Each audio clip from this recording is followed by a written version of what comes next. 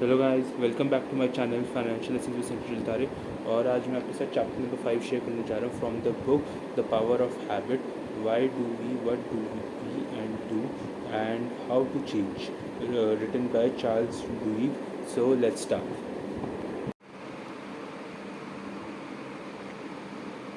तो guys, chapter 5 की हेडिंग है Starbucks and this habit of success when willpower becomes automatic. The first time Travis Leach saw his father overdose, he was 9 years old. His family had just moved into a small apartment at the end of an alleyway, the latest in a seemingly endless series of relocations that had most recently caused them to abandon their previous home in the middle of the night, throwing everything they owned into black garage bags after receiving an eviction notice. Too many people coming and going too late at night, the landlord said. Too much noise. Sometimes at his old house, Travis would come home from school and find the room neatly cleaned, leftovers meticulously wrapped in the fridge, and packets of hot sauce and ketchup in tu- tup- Tupperware containers. He knew this meant his parents had temporarily abandoned heroin for crack and spent the day in cleaning frenzy. Those usually end badly. Travis felt safer when the house was messy and his parents were on the couch, their eyes half lidded, watching cartoons. There is no chaos at the end of a heroin fog. Travis' father was a gentleman who loved to cook and, except for a stint in the Navy, spent his entire life within a few miles of his parents in Lodi, California. Travis' mother, by the time everyone moved into the alleyway apartment, was in prison for heroin possession and prostitution. His parents were essentially functional addicts, and the family maintained a veneer for normalcy. They went camping every summer and on most Friday nights attended his sister's and brother's softball games. When Travis was 4, he went to Disneyland with his dad and was photographed for the first time in his life by a Disney employee. The family camera had been sold to a pawn shop years before. On the morning of the overdose, Travis and his brother were laying in the living room on top of blankets. They laid out on the floor each night for sleeping. Travis' father were getting ready to make pancakes when he stepped into the bathroom. He was carrying the tube socks that contained his needle soap, lighter, and cotton swabs. A few minutes later, he came out, opened the refrigerator to get the eggs, and crashed to the floor. When the kids ran around the corner, the father was convulsing. His face was turning blue. Travis' siblings had seen an overdose before and knew the drill. His brother rolled him onto his side. His sister opened his mouth to make sure he wouldn't choke on his tongue and told Travis to run next door. He asked to use the neighbor's phone and dial 911. My name is Travis. My dad is passed out and we don't know what happened. He is not breathing. Travis lied to the police operator.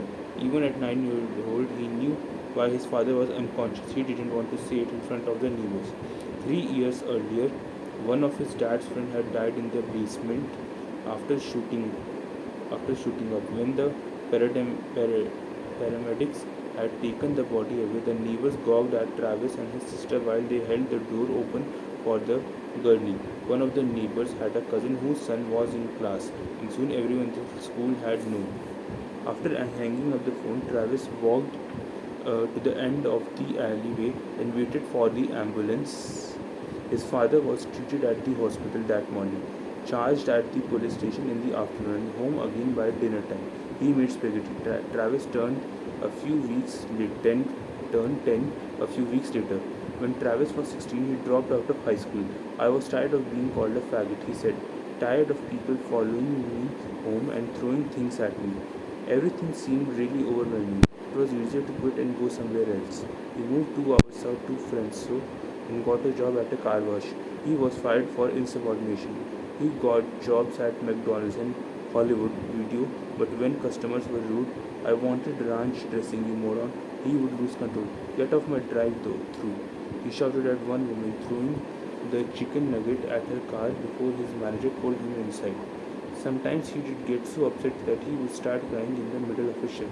He was often late, or he would take a day off for no reason. In the morning, he would yell at his reflection in the mirror, ordering him to be better, to suck it up. But he couldn't get along with people, and he wasn't strong enough to weather the steady drip of criticism and indignities. When the line at his register would get too long and the manager would shout at him, Travis' hands start shaking and he would feel like he couldn't catch his breath. He wondered if this is what his parents felt like, so defenseless against life, when they started using drugs. One day, a regular customer at Hollywood Video who'd gotten known Travis a little bit suggested he think about working at Starbucks. We are opening a new store on Fort Washington, and I am going to be an assistant manager, the man said. You should apply. A month later, Travis was a barista on the morning shift. That was 6 years ago. Today, at 25 years, Travis is the manager of two Starbucks where he oversees 40 employees and is responsible for revenue exceeding 2 million per year. His salary is 44,000 and he has 400k and no debt. He is never late to work. He does not get upset on the job. When one of his employees started crying about a customer screaming at her, Travis took her aside. Your apron is a shield, he told her. Nothing anyone says will ever hurt you. You will be as strong as you want to be. He picked up the lecture in one of his Starbucks training courses as an education program that began on his first day and continued through an employee's career. The program is sufficiently structured that he can earn college credits by completing the modules.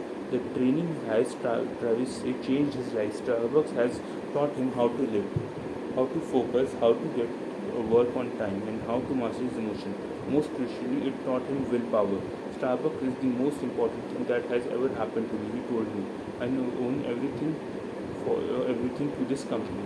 So guys ये Travis की story है जो मतलब जिसका background इतना ख़राब था लेकिन उसने धीरे धीरे अपनी हैबिट्स बदली और वही आज वो इतनी अच्छी मतलब सैलरी भी कमा रहे हैं जैसे आपने सुना स्टोरी में. If you like this one please like and subscribe. Thank you.